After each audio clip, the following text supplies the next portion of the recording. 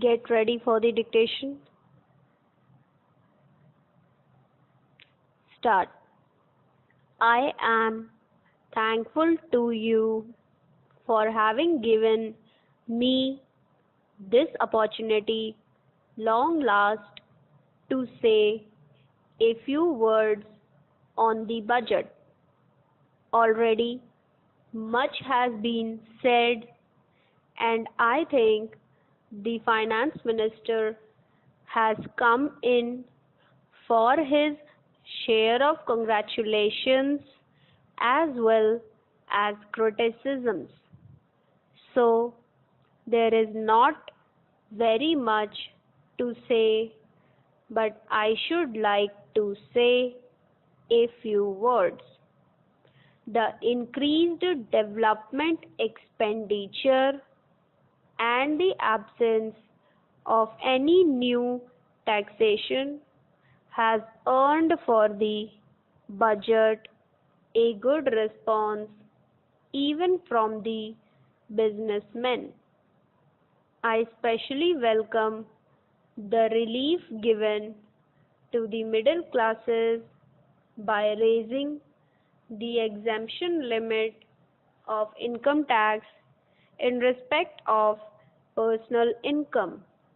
No doubt this is some relief to the middle classes, but I would request the finance minister, if he could, to raise this exemption limit from rupees 4,000 to rupees 6,000, as that would give substantial relief to the middle classes. I am indeed glad that the Taxation Enquiry Commission has been appointed with Dr. John Mathai as the chairman, and I am sure that many of the vexed problems may be solved through this commission. At the same time, I would request the finance minister to put off the estate duty bill for the present, since this enquiry commission has been appointed and they may go into this question. For I feel that it is not an opportune moment to put on more taxes on the people. Already, as Mr. Gadgil has pointed out, there are so many taxes on the people. The people are overburdened by taxes and they are just trying to recover their stability. So, in regard to estate duty, I would ask him to consider about it. My reason for asking it to be postponed is, as I have said, that the people are still facing economic distress, and then our government is not able to offer the amenities which other countries have, where the estate duty exists, such as free compulsory education for children, free medical aid, homes for the poor and the destitute, old age pension, etc. So my humble suggestion is that this point may be considered by the Taxation Enquiry Commission.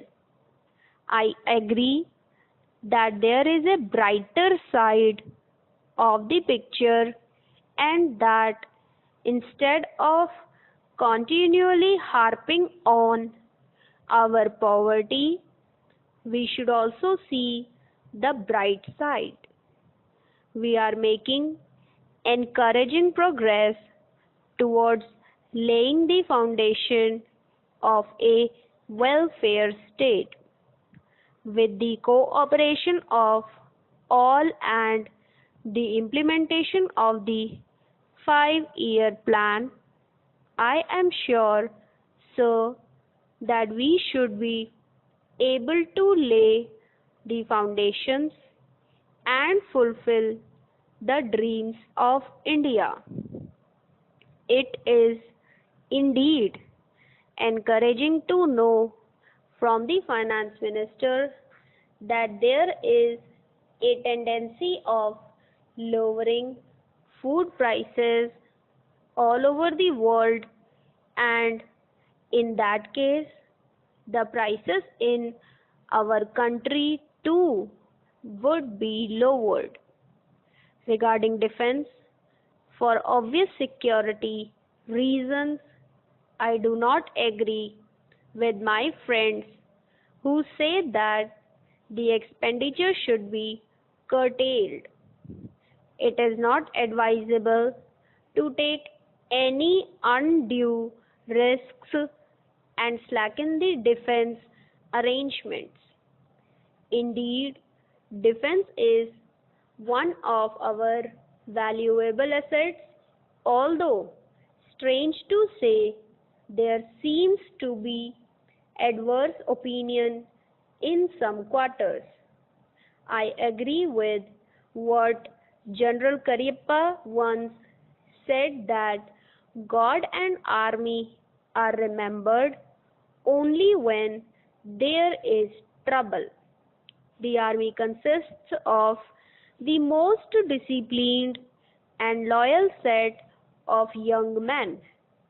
It would not be proper to effect economy in the pay of these brave officers, as it would not be an incentive for the right type of young men to join the army, and it would become ineffective and inefficient. I believe already officers who were drawing rupees 1,400 as their pay are now getting only rupees 700 and about rupees 100 as allowance. That is, they are getting about half of what they were getting before. It is very hard for those officers on field duty to establish separate establishments for their families and for their children, and I would specially appeal to the finance minister to see that the family allowances may be restored to those officers who are on field duty. Economy in army could be effected in other ways. There is scope for more efficient operation of defense industries, which process seems slow, and by purchase policy of utilizing goods and stores indigenously manufactured. Preferences should be given to country-made war materials such as could be produced here, and they would be cheaper than foreign-made goods. I may also suggest that the armed forces who are not on field service or under any operational commitments could be utilized for giving military training to the youths in schools and colleges, which would teach discipline and loyalty.